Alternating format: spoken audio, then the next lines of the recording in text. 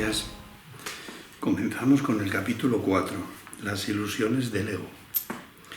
Hay una introducción breve que la vamos a hacer. Dice, la Biblia dice que si un hermano te pide que camines con él 1 milla, que le acompañes 2. Te dice que seas generoso con las peticiones de tu hermano y continúa. Ciertamente no sugiere que le retrases en su viaje, es decir, no influyas en el trayecto que él está haciendo, no sugiere que le retrases en su viaje, no interfieras. Tu dedicación a tu hermano no puede tampoco retrasarte a ti. Este es un párrafo que se ha malinterpretado, a mí me llegó con otra interpretación en la que venía a decir, la Biblia te dice que si tu hermano te pide que le acompañes 1 milla, le acompañes 2, pero que de ninguna manera tú te retrases, es decir, que tú por encima de la compañía que le debes a tu hermano. Pero no dice eso exactamente, ¿eh? Dice, tu dedicación a tu hermano, la que la Biblia te pide, tampoco te puede retrasar. No pienses que por acompañar a tu hermano tú vas a sufrir retraso, de ninguna manera. Y continúa, solo puede conducir a un progreso mutuo. Esa es la cuestión. Lo voy a repetir entero. La Biblia te dice que si un hermano te pide que camines con él 1 milla, que le acompañes 2. Ciertamente no estás sugiriendo que le retrases en su viaje. Y tu dedicación a tu hermano tampoco puede retrasarte a ti, solo puede conducir a un progreso mutuo. Eso es lo que exactamente quiere decir. Que cuando tú te unes a tu hermano, los dos salís ganando, que de ninguna manera te va a retrasar. Hay muchas veces que nos separamos de alguien porque decimos, no, es que yo voy más deprisa que él se ha quedado estancado y yo no puedo. Es mentira. Cuando estamos unidos con un hermano, que nos hemos unido desde una manera voluntaria, el progreso es para los dos. Tú no le vas a retrasar a él, ni él te va a retrasar a ti. Míralo de la manera adecuada. El resultado de una dedicación genuina, auténtica, es la inspiración. Palabra que es lo opuesto a la fatiga si se entiende correctamente. El resultado de una dedicación genuina en la que tú te empleas, en la que tu voluntad está totalmente de acuerdo. En una dedicación genuina es la inspiración. Palabra que es lo opuesto a la fatiga si se entiende correctamente. Estar fatigado es estar desanimado, mas estar inspirado es estar en el espíritu.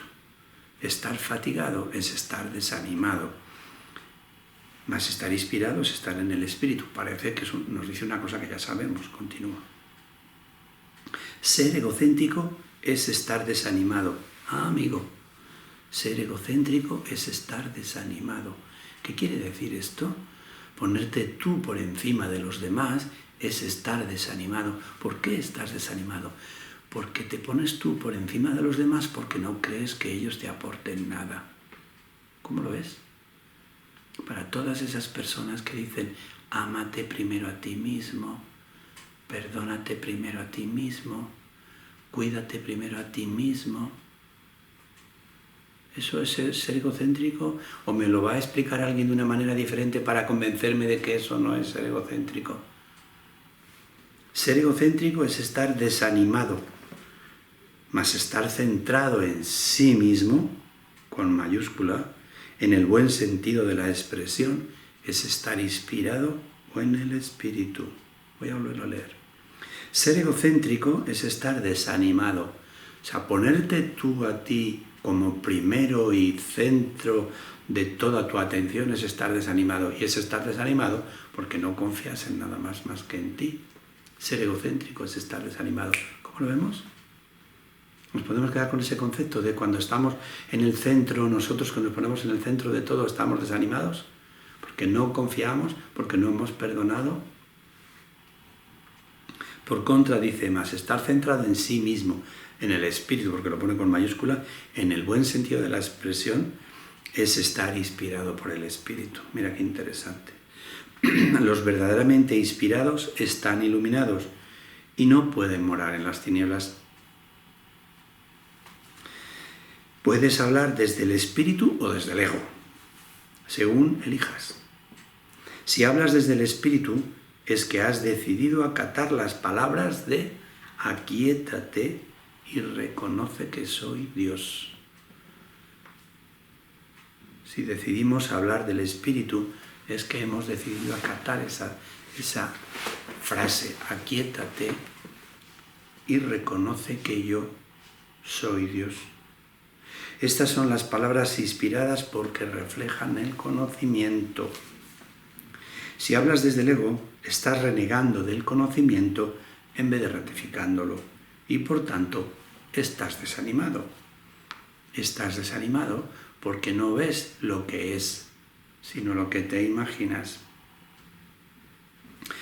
Y continúa diciendo, no te embarques en viajes inútiles, pues ciertamente no llevan a ninguna parte. No vivas de espalda al conocimiento, pues no vas a ninguna parte.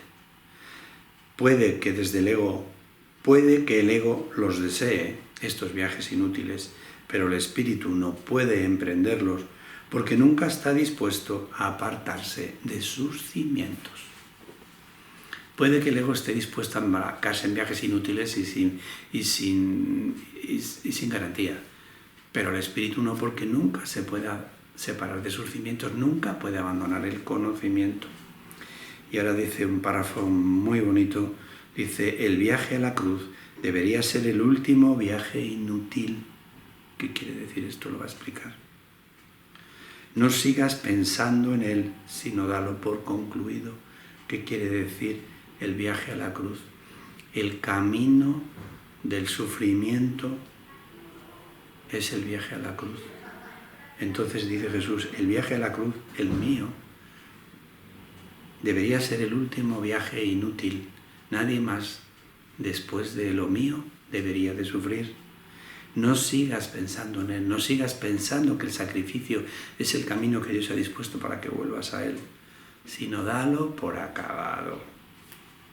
Si puedes aceptarlo como tu último viaje inútil, el del sufrimiento, serás libre también de unirte a mí en la resurrección. Si damos por acabado el viaje del sufrimiento, si damos por inútiles las ganancias que el sufrimiento nos ofrece, podremos unirnos a Él en su resurrección, en la resurrección de su mente. Mientras no lo hagas, estarás desperdiciando tu vida. Mientras no desestimes el sufrimiento como medio de engrandecimiento de tu alma, estarás desperdiciando tu vida, ya que ésta simplemente seguirá siendo una repetición de la separación. Mientras no te unas a mi resurrección, estarás desperdiciando tu vida, ya que ésta simplemente seguirá siendo una repetición de la separación, de la pérdida del poder, de los esfuerzos inútiles que el ego lleva a cabo en busca de compensación y finalmente de la crucifixión del cuerpo o muerte. Hasta que no decidas acabar el camino del sufrimiento y te unas a Jesús en la resurrección de su mente, tu vida seguirá siendo inútil porque será una repetición de la separación, de la pérdida de tu poder, de los esfuerzos inútiles por hacer una cosa diferente a la que Dios te dio y finalmente de la crucifixión de tu cuerpo o de su muerte. Estas repeticiones continuarán indefinidamente hasta que voluntariamente se abandonen. Estas repeticiones se continuarán indefinidamente hasta que voluntariamente se abandonen. Estas reencarnaciones suficientes, estas muertes, nacimientos seguirán indefinidamente hasta que tú voluntariamente las abandones. No cometas el patético error de aferrarte a la vieja y rugosa cruz. No cometas ese error de agarrarte a esta cruz de sufrimiento y de muerte que es esta vida. El único mensaje de la crucifixión es que la puedes superar. El único mensaje es que la puedes superar. Jesús lo dice en otra parte. Si yo no participé del sufrimiento de la cruz, Tú, que no vas a llegar a esos ejemplos extremos y a esos límites extremos, lo puedes hacer. El único mensaje de la crucifixión es que puedes superar la cruz. Hasta que no la superes, eres libre de seguir crucificándote tan a menudo como quieras. Ahí está, otra cosita de las locuras de nuestra mente. No hay nada que hacer, no hay nada que hacer. Todo está hecho, no hay nada que hacer. Está hecho lo que había que hacer, y es acabar con el sufrimiento y con la vida errática del Hijo. Pero mientras nosotros tomamos la decisión, hay muchas cosas que hacer, porque dice, hasta que no superes la cruz, eres libre de seguirte crucificándote. ¿Ves cómo sí que tenemos que hacer? Tenemos que espabilar a perdonar, porque si no seguiremos aquí muriendo y crucificándonos.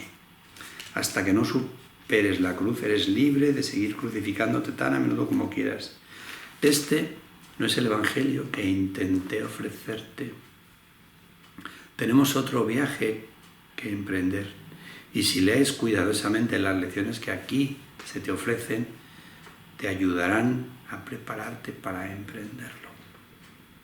Y nos deja la boca hecha agua para empezar a leer y a comentar los apartados de este capítulo precioso. Este no es el Evangelio del sufrimiento, no es el Evangelio que yo te quise ofrecer. Tú lo has pervertido. Tenemos otro viaje que emprender, y si lees cuidadosamente las lecciones que aquí se te ofrecen, te ayudarán a prepararte para emprenderlo. Cortito y sabroso. El que camines con un hermano no te da derecho a que lo retengas, ni tú, ni va a ser en una retación para ti. De la unión con un hermano, todos son ganancias, míralo así, vívelo así, agradécelo, valóralo. Las personas egocéntricas, o cuando nosotros somos egocéntricos y nos ponemos en el medio, estamos desanimados, porque hemos despreciado el conocimiento y no confiamos en nuestro entorno. Cuando estamos ilusionados, estamos en el espíritu. Es contrario estar ilusionado, que es estar en el espíritu, que es ser egocéntrico y estar desanimado. Y dice, abandona el camino del sufrimiento, que mi cruz sea el último sufrimiento de tu vida. Abandona el sufrimiento, ese no es el camino de Dios, y únete a mí en la resurrección. Cortito y hermoso. Un milagro para todos vosotros en el nombre de Jesús.